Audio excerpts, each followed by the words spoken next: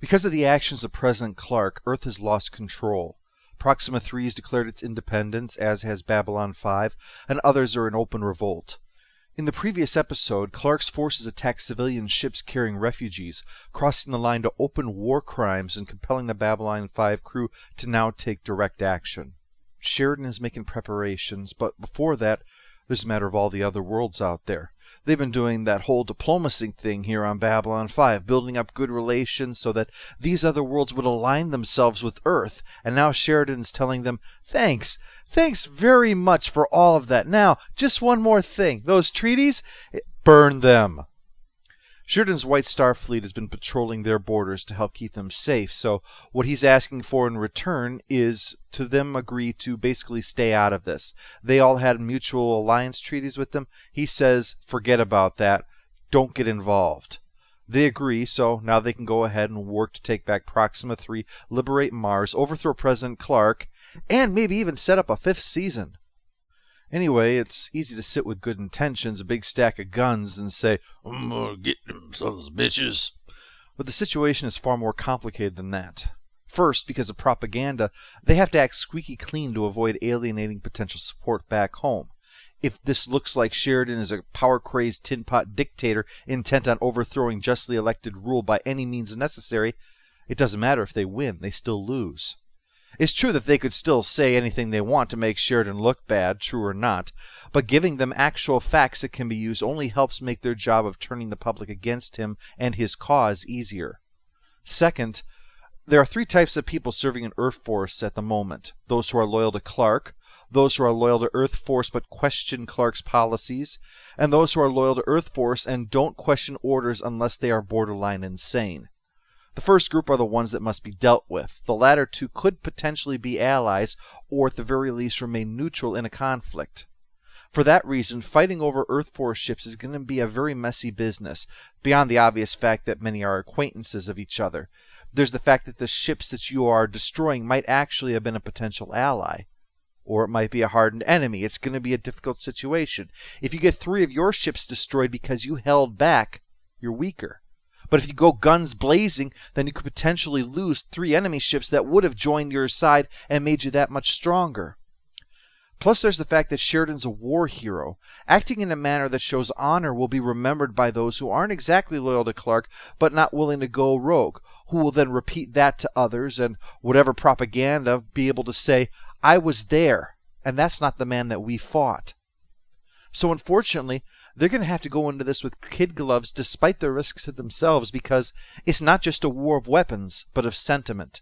If you can't win the right way, there's a chance you've made things worse. So to try to balance the odds of succeeding in both staying alive and avoiding killing any more than absolutely necessary, they're going to need intel.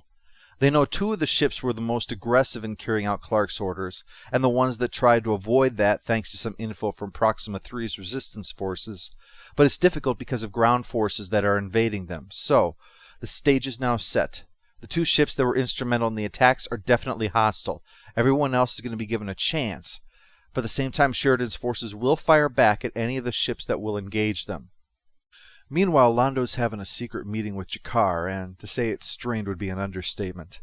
The dynamic is interesting in light of the circumstances. With the Emperor now dealt with, Lando is one of the most powerful men among the Centauri.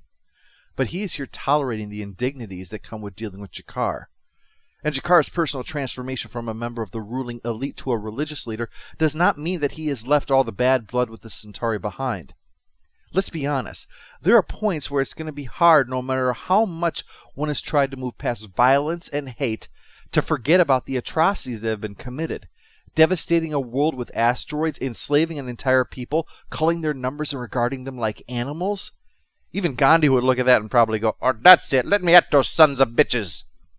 Plus, G'Kar let his guard down with the Centauri once before, and they were the victims of a sneak attack. Moving past that is not going to be easy. How is the eye? It sees. Good. Good. Lando knows that, and that's why he tolerates the scorn that G'Kar presents.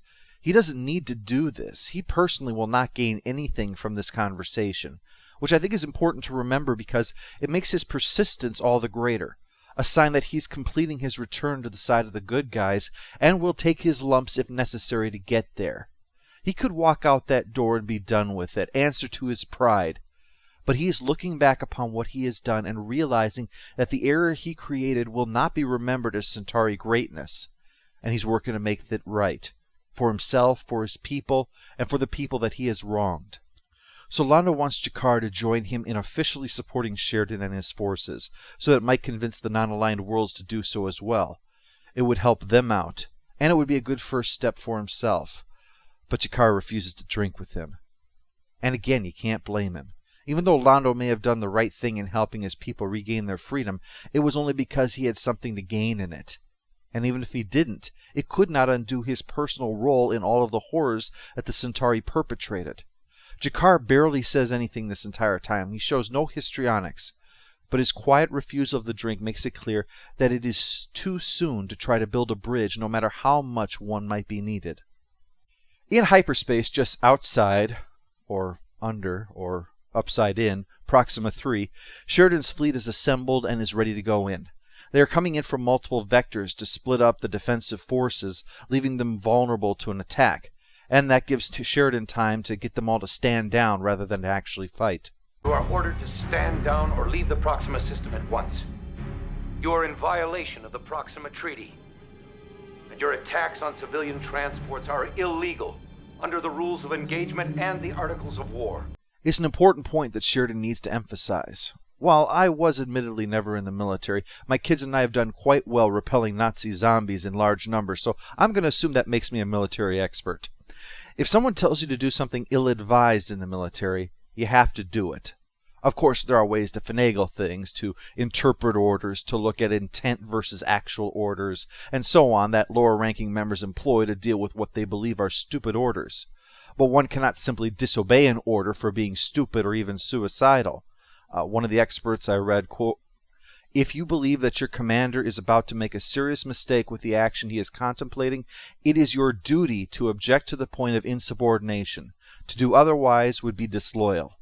When your commander has listened to your argument and says, 'That's my decision,' your job then is to salute, say 'Yes, sir,' and move out. You are then to work extra hard to do what your commander wants." But it's not just a case of doing everything without question. Sheridan's emphatic statement that the order is illegal means that they are duty-bound not to obey it, that they are criminally liable for following it, even if those are orders. That's what military judges have determined time and time again. And the only snag in that, because nothing is ever simple, is because whether or not something is illegal is determined often by military superiors and courts, which in this case are no doubt being controlled by the man who gave those orders. But that's the point that Sheridan's trying to make. You know you shouldn't be following these orders. You know why you shouldn't be. Why are you still doing it? What's the rule about following an illegal order? You don't. We're not involved. We haven't attacked anyone. But you're about to. Any action you take in support of an illegal order makes you an accomplice of that order. When Bob Kelso orders them to fire, Mackie refuses to engage and is relieved of command by his first officer for about 2 minutes before his subordinates remove him. One ship makes a break for it and another is blown up, leaving only the Heracles, whose first officer finally removes him from command, since the only reason he wouldn't surrender is to avoid whatever will be done to him by Clark if he fails. But Sheridan says it's only achieving mission objectives, that this is not a victory considering how much was lost. But he calls the other captains to meet with him and discuss what happens next. Go home, defend Proxima from retaliatory strikes, or join up with him. Mackie and one other join up, and another agrees to defend Proxima, so that's a definite step forward. Another is G'Kar showing up where Lando's having a drink.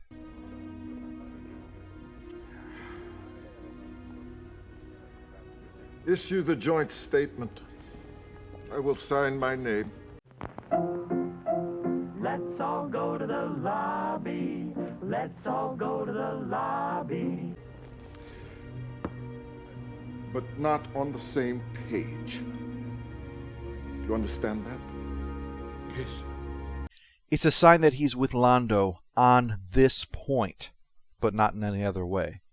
But it is nevertheless a first step, to go along with the first step in the fall of President Clark. But there has been one negative element, Garibaldi, who still doesn't trust Sheridan's motives despite Veer's prompting that he's fighting for his world.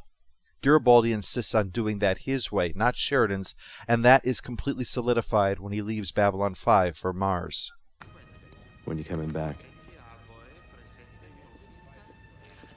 I'm not. No Surrender, No Retreat opens the final act of Season 4 while not forgetting about what came before it. The Shadow War may be over, but the consequences of it cannot be ignored. Nevertheless, the immediate campaign and all the delicacies that require is the focus. It never seems to get stuck on irrelevancies.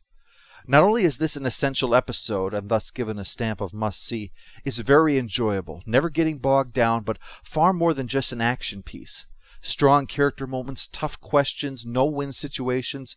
B5 handles its subject matter with maturity that never loses your interest, and ensures that this new arc will keep you just as engaged, if not more so, than the Shadow War.